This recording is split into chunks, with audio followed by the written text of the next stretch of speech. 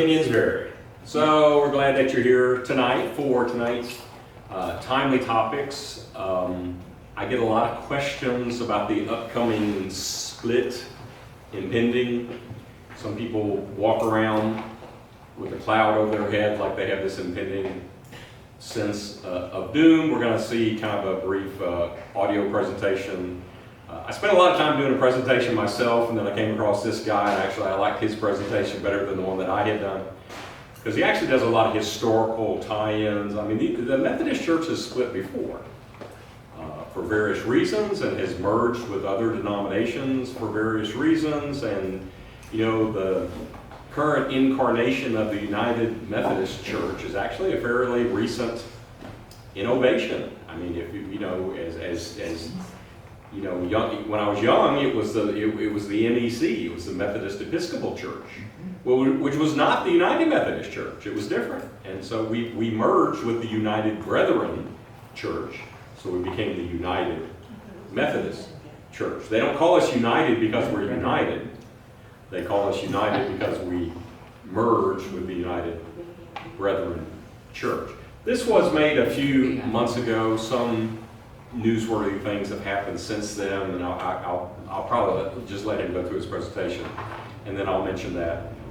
The body that speaks for and makes the rules, the polity, the Book of Discipline, the only group that is authorized to speak for the church, the only, a bishop cannot speak, a bishop cannot make new law, okay? Bishop cannot make a new policy unless it conforms with the existing rules and regulations. We call that polity, because everything has a different name in the church. But it's essentially that Book of Discipline is our historical background, some theological things in the beginning, and then essentially it's kind of organized like a legal document.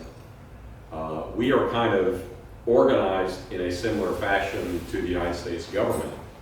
We kind of have a legislative branch and a judicial branch and an executive branch. The executive branch would be the bishops. The legislative branch would be the General Conference, that group that meets once every 4 years. And then we have a judicial branch, which is a group that meets, that kind of rules on the constitutionality of various questions. And if someone has a question of church law, or if the General Conference passes some new rule or regulation, or they put a new paragraph and someone challenges it and says that does not meet the test of right, for us it is unconstitutional according to the church's organizing documents, then they and it's called the Judicial Council, and they obviously have a judicial function. So that's how we're organized. I'll let him do his presentation, then we'll have questions and answers, and we're going to record this for tonight. And I'm going the wrong way. So I'll push this button here. Let me know if it's too loud or not loud enough. Well, you've hopefully all heard by now that our denomination is headed for a major split, and that there's a need for this that is widely agreed upon by leaders of all major factions. But why are we dividing? There's really three different parts of what I'm going to talk about. The big picture of how we got here, the specific nature of the present separation, and expected future trajectories for the new emerging denominations and the choices our congregations and conferences are going to have to make. So you may have heard that the division is because of disagreements about the place of LGBTQ persons in the life of the church, and there is some truth to that, but it is really misleading to talk exclusively in those terms, because the reality is that this division has been a long time in coming. The coming split is really the result of a long history which dates back long before the present debates we've had, most prominently in the media and elsewhere, over homosexuality. And so we have a long history, particularly of a breakdown of discipline and a breakdown of doctrine. So, and these two things really go to the heart beyond any more modern debates of what this split is all about. And I'll just say, by the way, if you ever hear any United Methodists use language of saying that they are absolutely against ever splitting the church, that's just not a serious idea, unless the person saying it is actually in the process of becoming Roman Catholic. Because when you think about it, any Protestant, by definition, believes that there are sometimes some issues worth splitting the church over. So, I know I saw this in my confirmation class back in the day. Many of us have seen this famous drawing of the hard-working, circuit-riding preacher of early Methodism. You know, just going through very difficult circumstances in the rain, but going forth to preach the gospel. And it really dramatically highlights how when Methodism first began, we were really this high-commitment movement that really demanded a lot of sacrifice and forsaking of worldly comforts for the sake of the gospel. And what really set us apart was the degree to which we practiced sometimes rather demanding levels of church discipline for not just our leaders and clergy, but also for lay members. You can go back and read all kinds of accounts and examples of it being a routine thing for lay people to face all kinds of temporary but serious consequences within the church for all kinds of sins, ranging from getting drunk to wife beating. But over the course of the 19th century, we saw a decline in really expecting too much of our lay people, or really thinking it was any of our business to even ask how lay people were doing in living Christian lives. And then in our ministers as well. This picture is of a book that appeared all the way back in 1846, that already back then was lamenting how Methodism had backslidden from its earlier holiness. We notably saw some early moral decline in Methodism with the sins of slavery and racism, and not just in the South. We started out with this really strong early commitment against the great evil of American slavery. John Wesley spoke strongly against it. He defended the equality of black people, and he was a personal inspiration to that great British anti-slavery activist, William Wilberforce.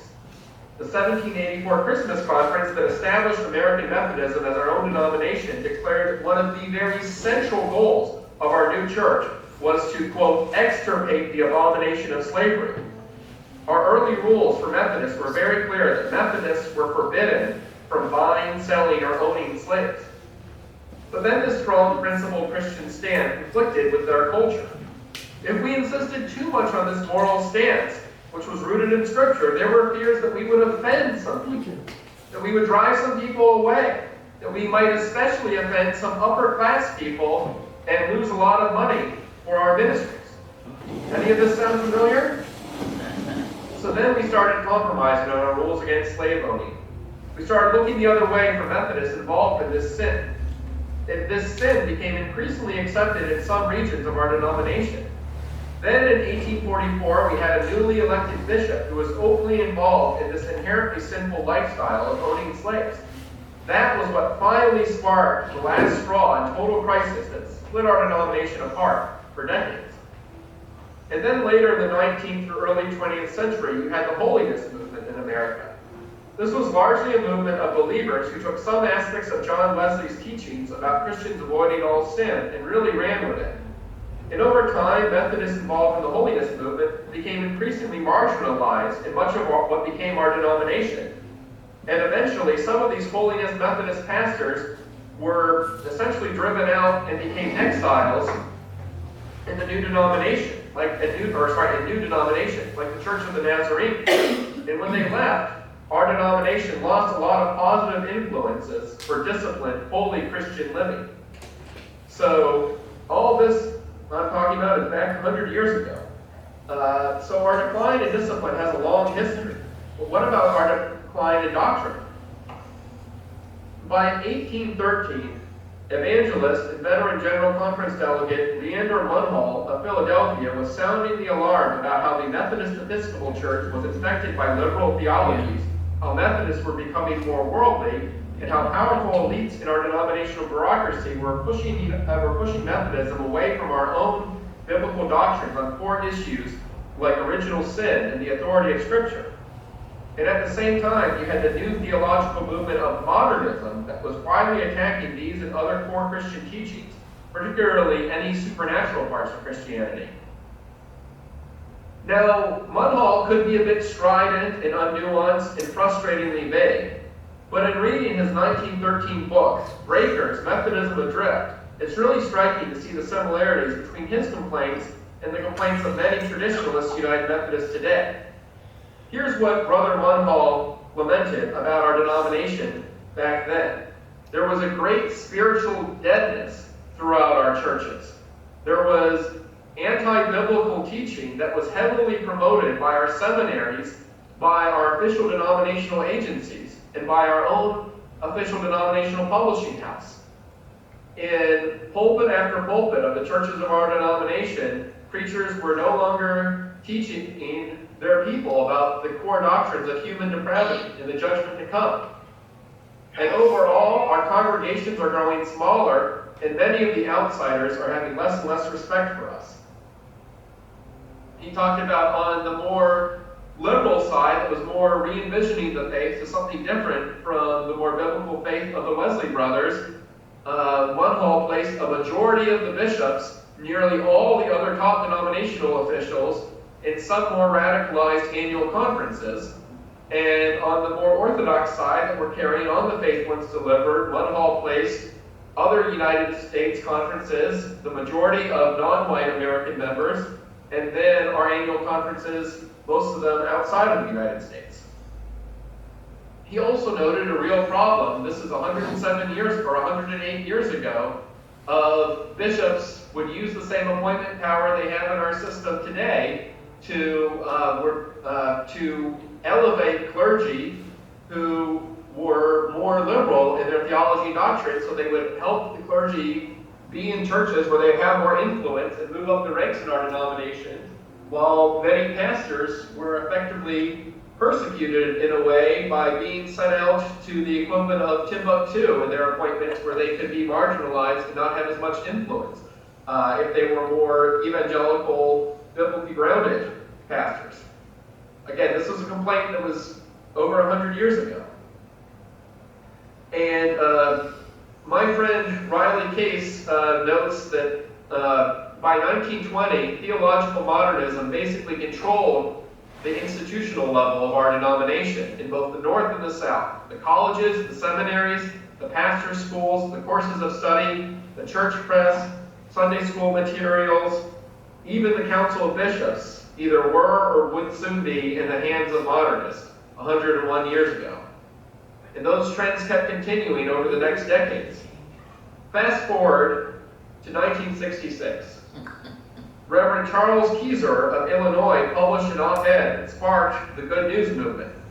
He wrote about a group within our Methodist churches who had little to no representation in our denominational bureaucracy. He said, "I speak of those Methodists who are variously called evangelicals or conservatives or fundamentalists. A more apt description is orthodox, for these brethren hold a traditional understanding of the Christian faith." And Keyser outlined 5 key beliefs of this group, which were really 5 of the most prominent doctrines that the modernists have been attacking since at least the early 20th century. They were the authority of Scripture, number 1. Number 2, that Jesus really was miraculously born of a virgin, that really did happen in history. Number 3, that somehow Christ on the cross paid the price of transgression, which a righteous and holy God properly requires.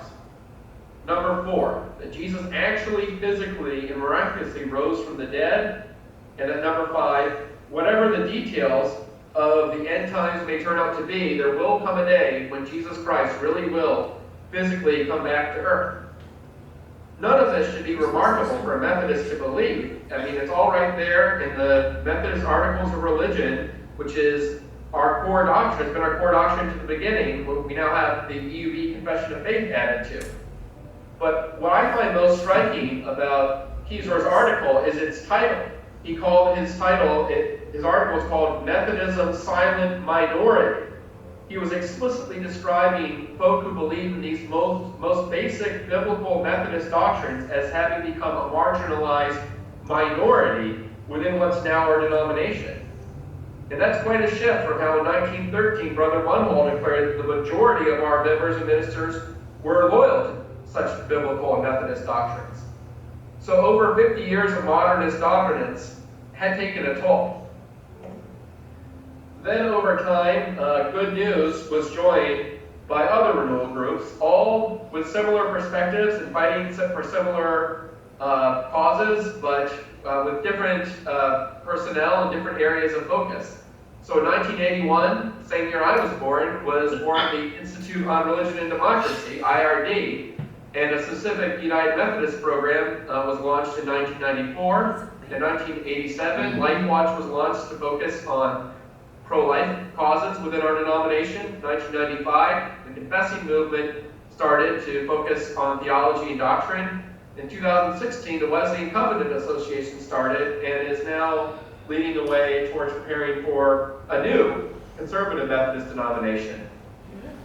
But meanwhile, the growing chasm of theological divide in our denomination continued.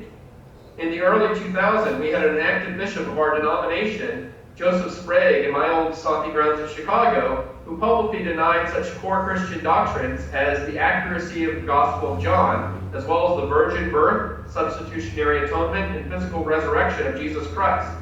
He was basically using the office of bishop to teach that people should not believe in some of the most core Christian doctrines. There was a formal complaint filed against him, but basically what happened in 2003 was that he was let off with a slap on the wrist. Then some of you may have heard of this minister out west named Sharon Oliveto, and that is not a doctored photo. That is from her, something she sent out on her own Twitter feed a while back. And in 2016, the Western jurisdiction, which is basically the western third of the United States of our denomination, elected her as bishop, knowing that her being in an openly partnered lesbian relationship was in open defiance of our long-standing church laws saying that our clergy cannot be, quote, self-avowed practicing homosexuals. That's the main thing she's known for. But there are much deeper doctrinal concerns with elevating her to the office of bishop. In 2005, I was in the room when she was speaking at a major national gathering of liberal United Methodists.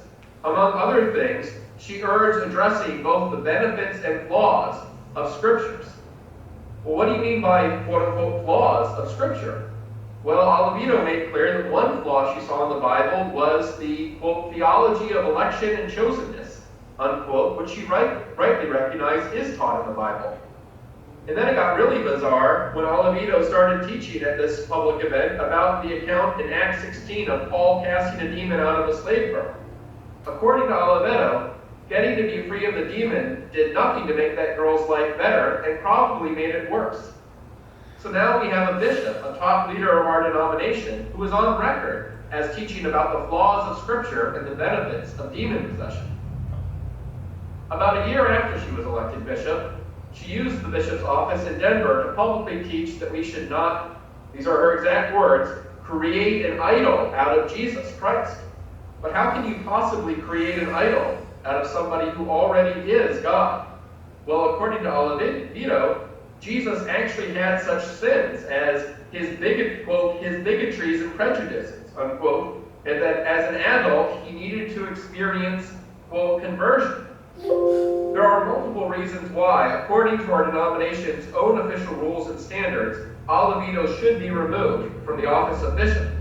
But the denominational leaders who have that responsibility have made clear they are unwilling to do so because they support her. And in fact, she was recently elevated even further to become the president of all the bishops in the Western jurisdiction. Which brings us to the nature of the current separation. Fundamentally, our breakdown of doctrine has led to a breakdown of discipline.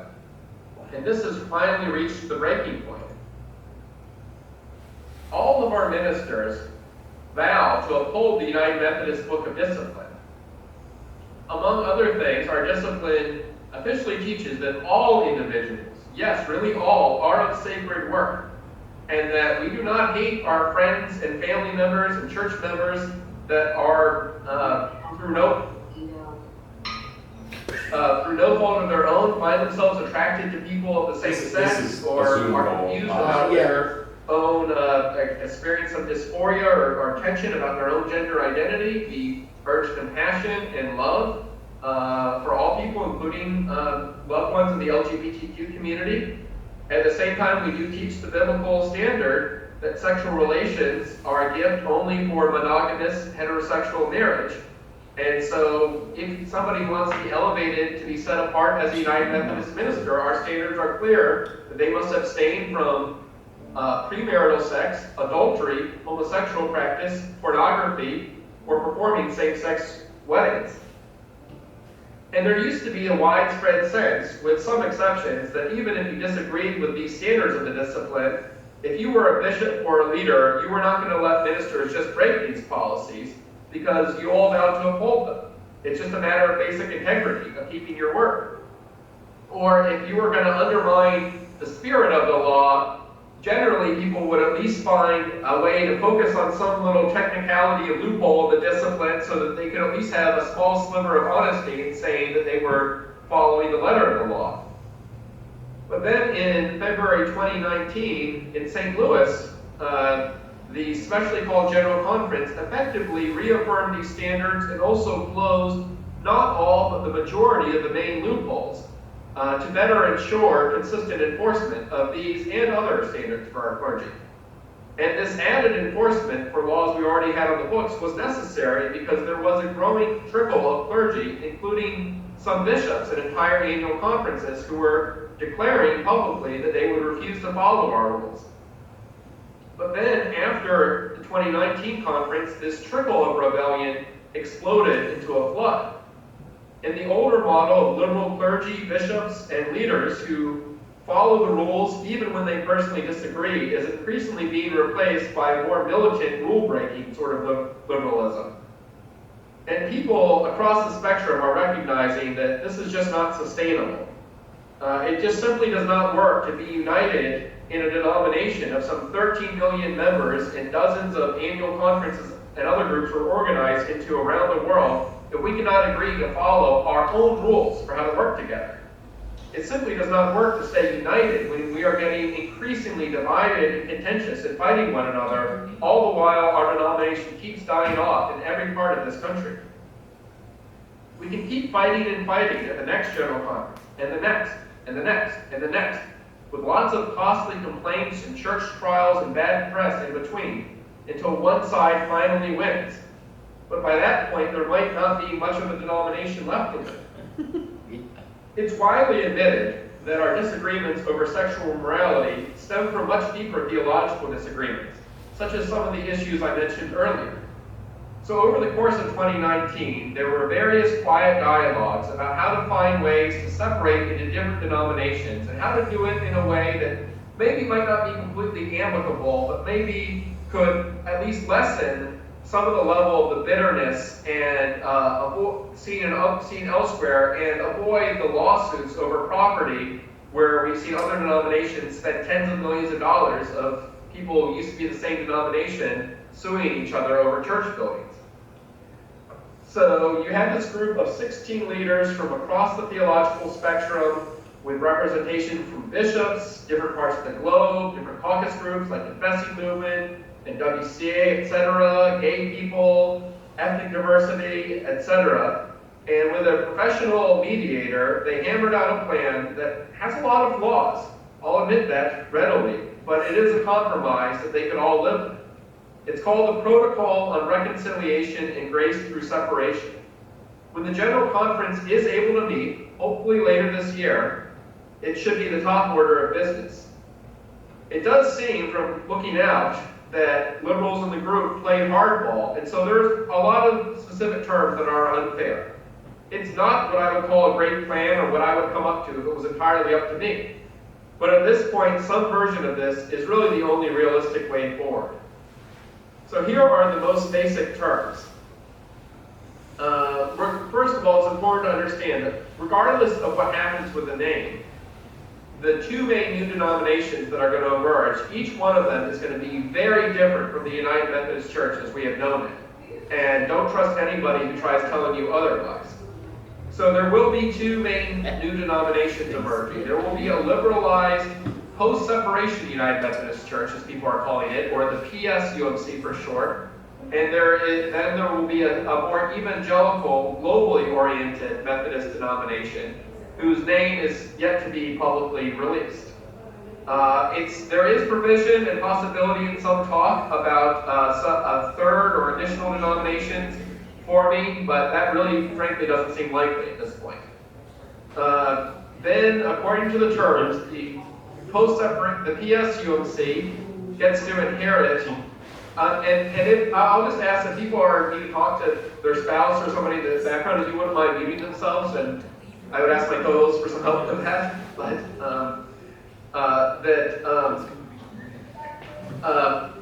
so the post-separation UMC will get to inherit the United Methodist name, logo, trademark, all the official United Methodist agencies in Nashville and DC and Chicago, and all of our seminaries, all of our official United Methodist seminaries, and all conferences, congregations, and campus ministries will go into the PSUMC by default, but they can decide to join the new evangelical denomination and keep their properties, unlike what is seen in the Episcopal Church or the Presbyterian Church USA.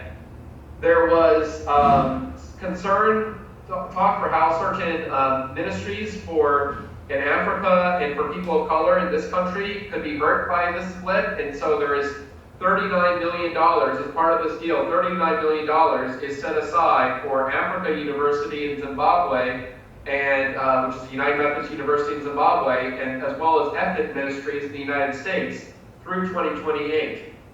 And then there is $25 million set aside for the new Evangelical Methodist denomination. And there are some people in Africa who, are understandably upset that Africans were not more included in this process, and who have talked about proposing some 3 or 4 amendments, but these 3 or 4 amendments don't really change the fundamental nature of these terms. Perhaps the most significant of those 4 amendments is that some Africans are asking for there to be a provision that all denominations that emerge from the split would still be allowed to use some version of the United Methodist name and an iconic cross and flame logo. So if you wanted to continue with more Orthodox people still in the United Methodist Church, and you wanted to, continue into the denomination for Orthodox United Methodists, how do you do it? It's important to understand, sitting back and waiting and being passive will not do anything. The burden is on traditionalists to be more, to take the initiative. So an entire annual conference can go with the more Orthodox Methodist denomination.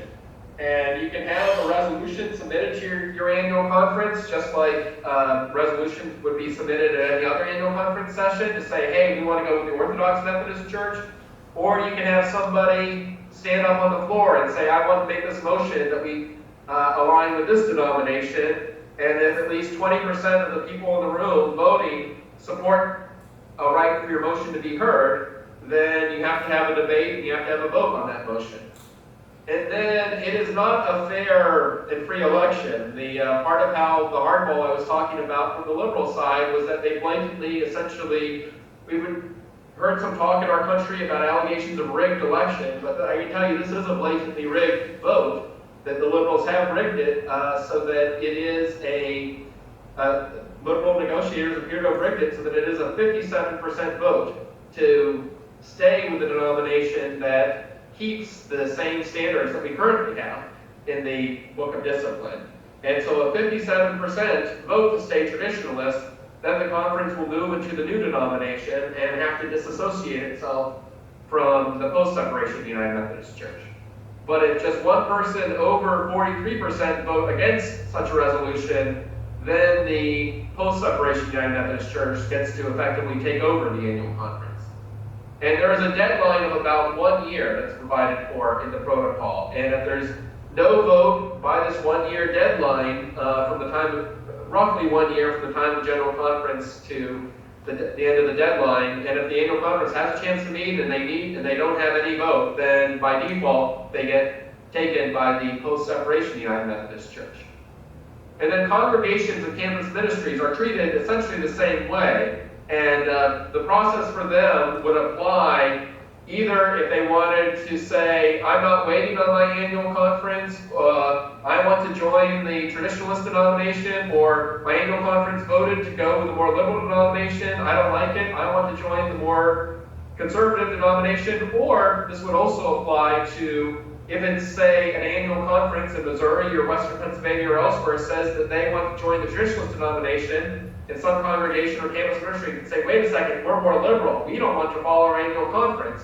So that they can then swim back away from their annual conference to be part of the post-separation UMC, all through the same process, that either the church council or the administrative council of your congregation or the pastor would request a special church conference of your district superintendent.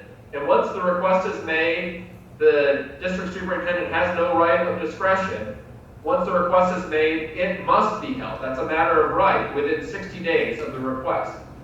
And I would hope that any congregation doing this, that they wouldn't just request the conference and then just, okay, in a couple months we'll have the conference. I hope that they would have lots of dialogue and conversation and also cleaning of their membership rolls, so you don't get surprised by a bunch of people you haven't seen in years showing up and skewing the vote. I hope that all that can be taken care of before you have the big vote and the big meeting. And at the meeting, you would have anybody who was a member in good standing of the campus ministry or congregation would get to vote at the church conference on which way to go.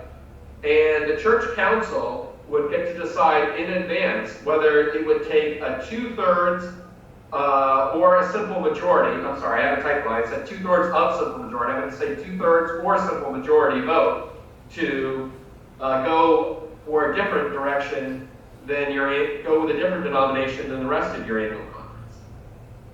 And something that's very important and different from the split seen elsewhere is that you would not have to pay as a congregation any kind of, or an annual conference, any kind of immediate exit fee for joining the new denomination. If a congregation decided, I don't want to join with any other denomination, I just want to go independent, then you would have to pay some things up front, and I would not recommend that. But there would be no exit fee on lawsuits or anything to have to get to leave. You would have the right to make this switch as a congregation. So trajectories for the future, there is, I want to be a little cautious here because this is necessarily speculative, but I think we can be clear that the more evangelical Methodist denomination, you're no longer going to have to worry about having bishops who deny the resurrection or teach that Jesus Christ was a bigot. And there are lots of clear indications, very clear, specific, concrete indications we have with the post-separation United Methodist Church on what some more specific trajectories are likely to be like in the first few years after the split on issues besides just sexuality. And I was at a big meeting in Atlanta nearly a year ago where we had bishops from around the world, traditionalist conservative bishops from around the world, leaders of renewal groups like myself, and leaders of prominent pastors who had not been previously associated for renewal groups. And we all together came up with a common vision for what we wanted this new evangelical Methodist denomination to be like. And some of the things were clear was that we wanted a renewed culture of accountability for our leadership and faithfulness to what are the present doctrinal and moral standards of the United Methodist Church, which we are not observing in a lot of the United Methodist Church today. That this new denomination is going to have a very global orientation, and this, one of the things of why do they get to keep all the agencies on the more liberal side? Well, we have about, depending on how you count them, 13 or 14 large agencies and bureaucracies that are largely already dominated by liberal American factions, and there's going to be need to have some structure in any big denomination, but there's also a commitment to have a much smaller and less costly bureaucracy. And the post-separation United Methodist Church, as we've seen in other denominations that have changed their standards on marriage and ordination related to sexuality, that we will see increasingly dramatic liberalization over time, that it won't be that it change just on this one issue and everything else will stay the same. We'll see lots of more theological liberalization on a number of other issues. But one thing that will make the liberalization of the post-separation UMC much more dramatic than what's seen in the Episcopal Church and the Presbyterian Church USA is that in those other denominations, you're still able to have a bit of a evangelical conservative subculture in some places because each congregation essentially gets to decide who its pastor is. But in our discipline, in our constitution, bishops have a nearly absolute right to send congregations whoever they want. So there would be no right in the post-separation United Methodist Church for any congregation, at least in the United States, to refuse to have a partner gay pastor. If they did not believe that was faithful and didn't want to have such a pastor, too bad, if the bishop sends that to you. And there could be some real potential for pastors to face retaliation in the post-separation UMC, and I would even say a likelihood to face some kind of retaliation if they do not perform same-sex weddings as pastors, if they refuse to because they don't believe in that. And also, those who expect to be leaders in the post-separation United Methodist Church have been very loud and clear and repeatedly saying that they would insist on the post-separation United Methodist Church having a much more segregated governance for the United States and the global region, saying they don't like this business of we have a general conference where you have delegates from the Philippines and Eastern Europe and Africa and America all getting together to decide on what are our common moral standards on matters like marriage and sexual morality. They want to have a much more segregated governance where the USA and different regions would essentially go their own way. So we have lots of important choices ahead of all of us, and there's lots more detail I can say about any of this. But again, in talking with Jan, I'm first giving you all a big picture overview, and then happy to see what kind of questions you have and what's more of interest to you.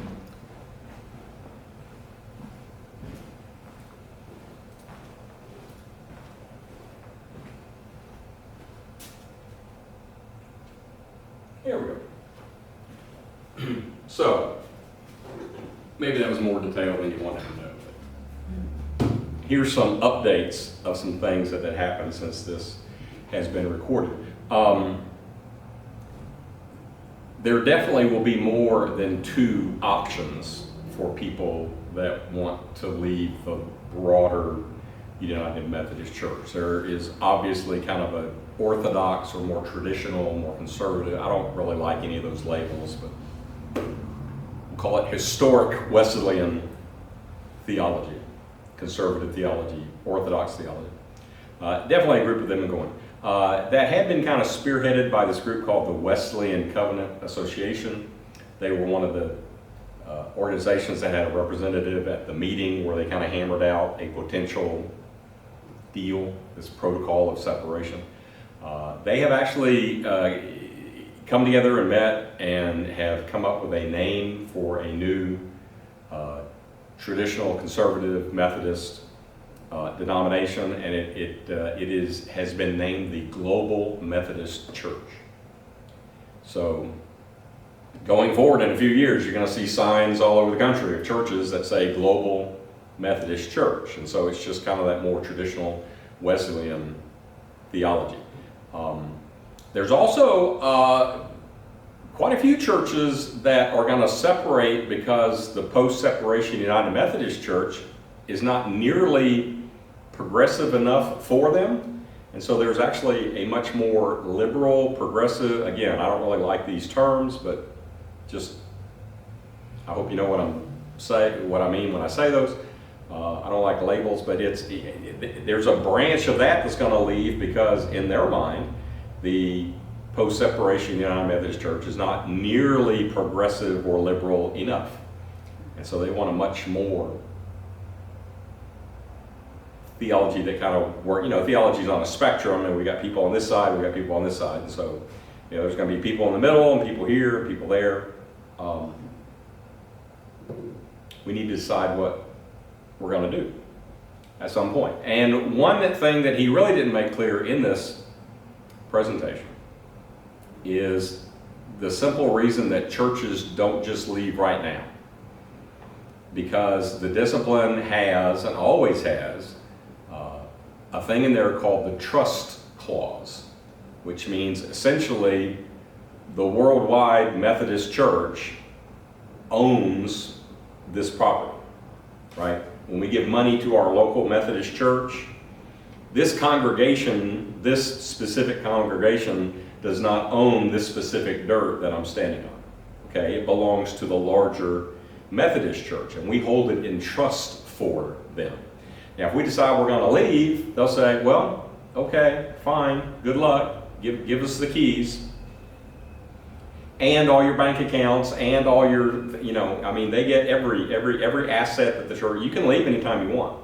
Now, technically, there is a way to kind of negotiate an exit, and churches have done this in the past, and many churches have left over the years. Some of them very large churches, because they just didn't want to be part of the larger Methodist church anymore. So they kind of worked out and negotiated a deal. This would provide kind of a straightforward, streamlined, in some people's mind, a much more fair way of allowing a church to say, we're going to go with this new denomination, and we're taking all of our stuff with us, and we don't have to negotiate a deal for us to be allowed to leave. Does that make sense? Some people have trouble grasping the fact that this congregation does not actually own this building, and we're not allowed to do anything that we want with it just because your money paid for it doesn't mean that it belongs. You know, you gave that money to the larger church in this church, if that makes sense. So, Global Methodist Church, he had said when the General Conference meets later this year, this was filmed a few months ago, the General Conference was supposed to meet in August of this year, and they have put it off for another year because of COVID restrictions, particularly for people that don't live in the United States, getting visas and coming to the United States and that sort of thing. So now it is scheduled for August of 2022 in Minneapolis. That's going to be the earliest that any of this might happen. And of course, this is a proposal, and it will be discussed, and it will be debated, and people will offer amendments, and it's just like getting a bill through Congress. I mean, who knows what it's going to look like by the time it comes out the other side. And then somebody's going to challenge the constitutionality of it, and then the Judicial Council will have to review it, decide whether or not they can actually implement it, all that sort of thing. Nothing in the church happens quickly. So this is going to unwind almost in slow motion. I thought it was interesting that he brought up the fact that sometimes bishops would use their appointive powers to reward certain pastors that have a certain theological understanding and kind of almost punish other pastors that had a different theological standing that they really didn't ascribe to. There's a famous case that happened just a few months ago in the North Georgia Conference. And I put some links up on this recently when I put all those news links in on some of the things. The Mount Bethel Church is the largest United Methodist congregation in the North Georgia Conference. It's just outside of Atlanta.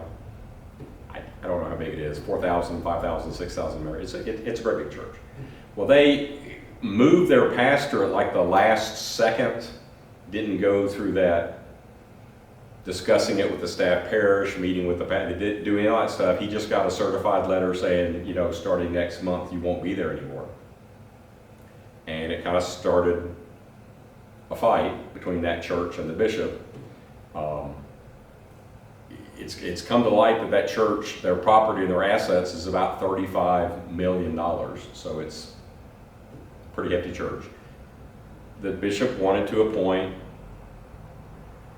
a very liberal pastor into that spot, and he was a very, very conservative pastor that had already expressed his intention and the church's intention to leave to go to whatever the new, more traditional denomination was going to be. So they just yanked him out of that spot at the last second.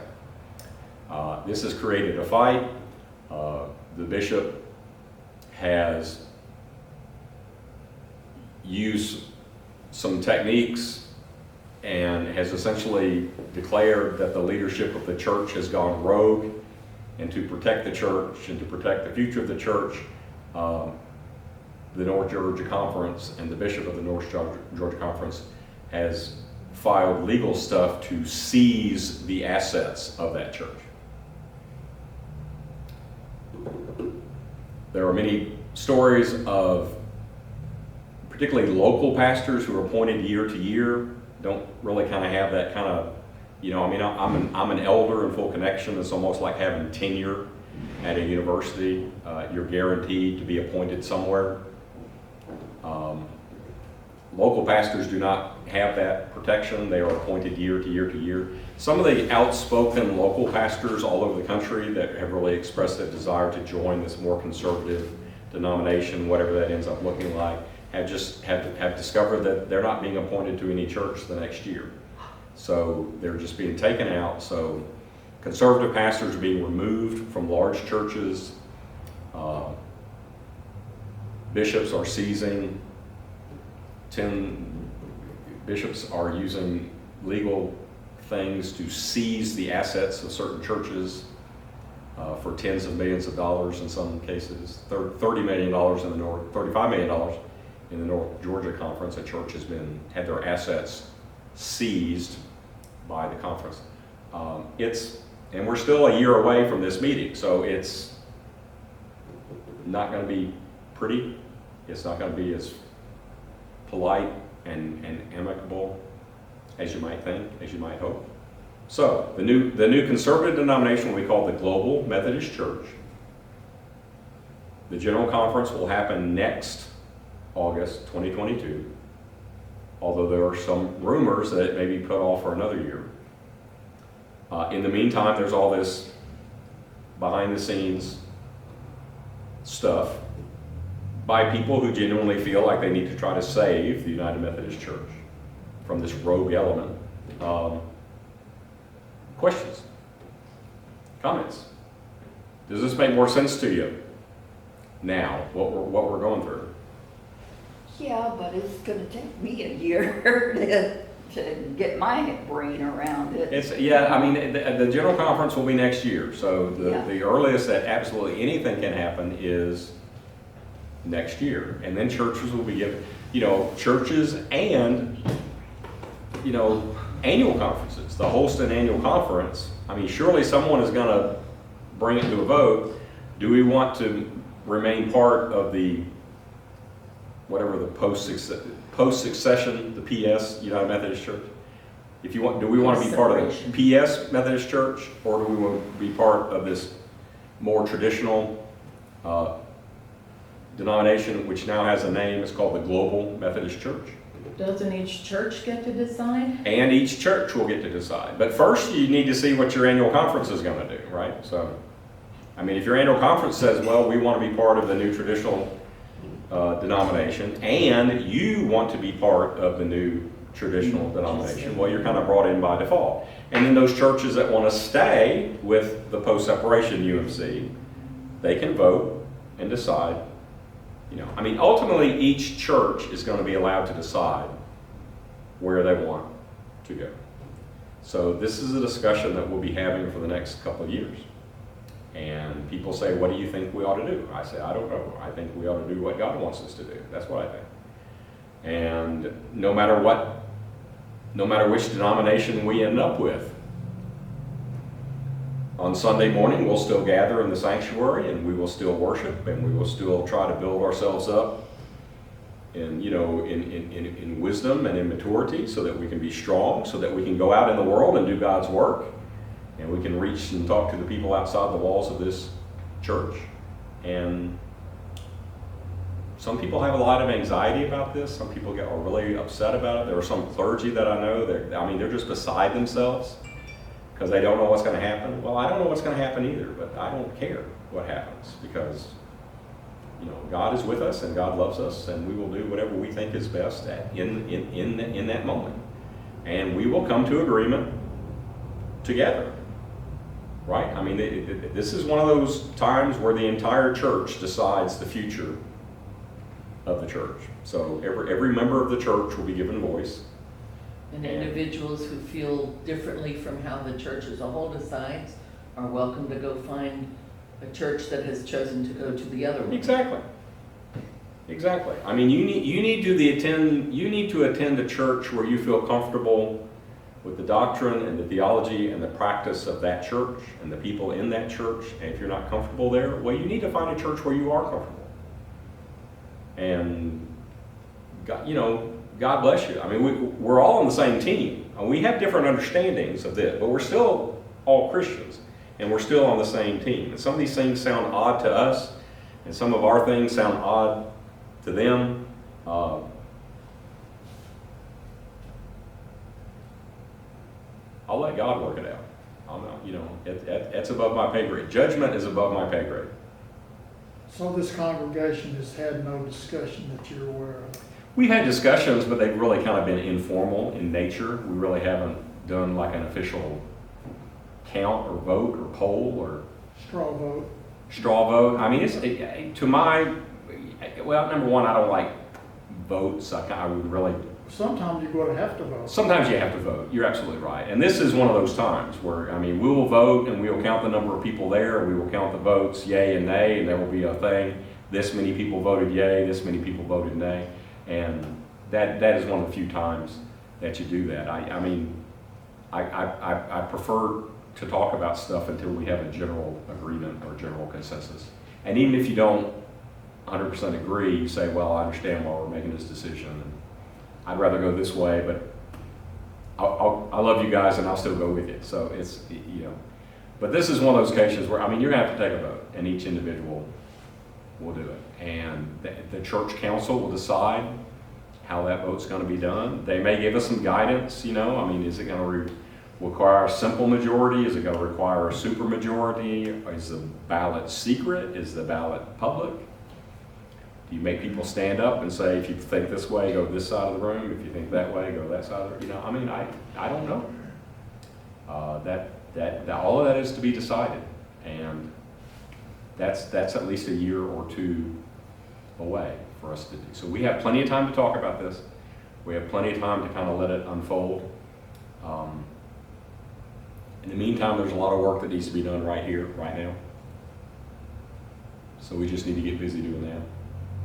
And, building and strengthening our church so that we can help each other, we can help our community, we can make a difference in the world. We can be a place where people can go for help and hope. Well, now I'm sounding like our vision statement, though. So, questions about this? It's going to get a little bit messy, probably. I'm sure when they typically when they do the general conference stuff, they live stream a lot of it. We may have some live stream parties in here and make popcorn and watch them argue. Sometimes these arguments get heated and people are, people with different understandings, people with different objectives are very passionate, and sometimes they get really, really vocal, and sometimes they call each other names. And, I mean, it's a very, very emotional issue for a lot of people. Does that make sense? Is that helpful? I mean, if there wasn't a trust clause, everybody would have just kind of divided up into whatever camp they were comfortable with already. I think. But if you leave, you're not allowed to take any of your stuff with you. So that's what this whole proposal is about. And it will take a long time for it to unfold. And a lot of it is just speculation. Because people say, what's going to happen? I don't know what's going to happen. They need to pass the legislation first. Then we know the rules, right? Then the Judicial Council will decide, well, it's constitutional or it's not constitutional. Say, okay, these actually are the rules. Let's proceed under the rules. Let's discuss it. The membership of this church will meet and discuss and talk, and we'll decide which way we want to go. Thank you.